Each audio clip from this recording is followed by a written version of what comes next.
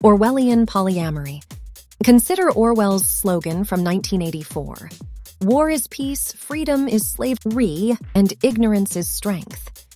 Such absurd moral fraud exists even among people trying to live more freely in their relationships. I am not speaking to those non-monogamous who are taking a vacation from monogamy, perhaps because their desires exceed the scope of beliefs to which they will eventually return. There is a difference between rebelling against a belief which takes the belief to be real, opposed to seeing you have absolutely no reason to credit a belief.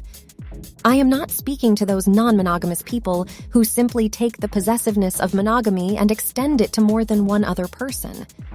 That is worse than monogamy. I am speaking to people who pay lip service to a morality they themselves reject.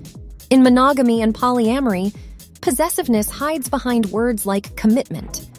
No matter how you slice it, commitment is a means to an end.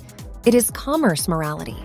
If commitment did not give you some sense of what the future holds, it would have no value whatever. It's that predictive function of commitment that exposes it as mechanical. We can predict the outcome of automatic processes, and the minute you make a relationship automatic, it's already half dead. I'm not saying that commitment excludes affections. I'm saying affections have nothing to do with commitment, which is merely a device. If you can have commitment without affection, there is no reason to assume it leads to affection.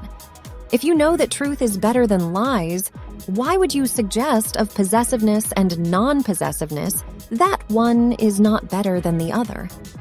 Many of my fellow non-monogamous peeps who perhaps wish to make polyamory mainstream say they do not fault monogamy. They say it's just not for them. They leave others to their own choice, as they should. But when they say one choice is not better, they mutilate their own moral judgment. Moreover, they rob others of a chance to scrutinize that judgment for themselves.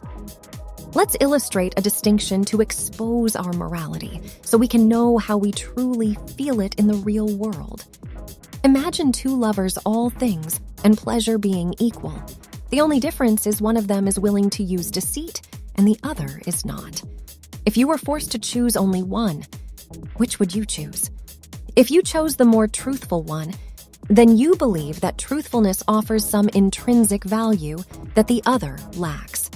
Again, all things and pleasure being equal, both lovers value truthfulness, but the only difference is one superficially talks of nothing more deep than the weather, and the other is willing to explore deeper questions and take risks with the truthfulness. If you were forced to choose one, which one would you choose? If you chose the more profound one, then, you believe intelligence adds intrinsic value that the other lacks. Lastly, of our two lovers, all things, including pleasure, are equal.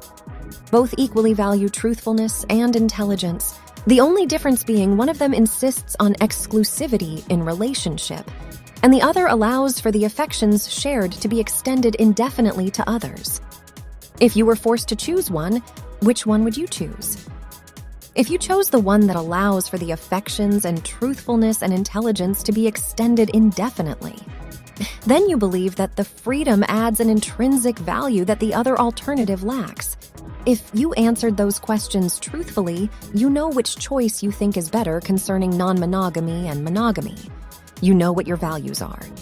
And if you say they have similar value, then your attempts to make conversation easy makes you a liar, a hypocrite without the courage of your convictions. You are Orwellian in your polyamory. No shame in sex.com.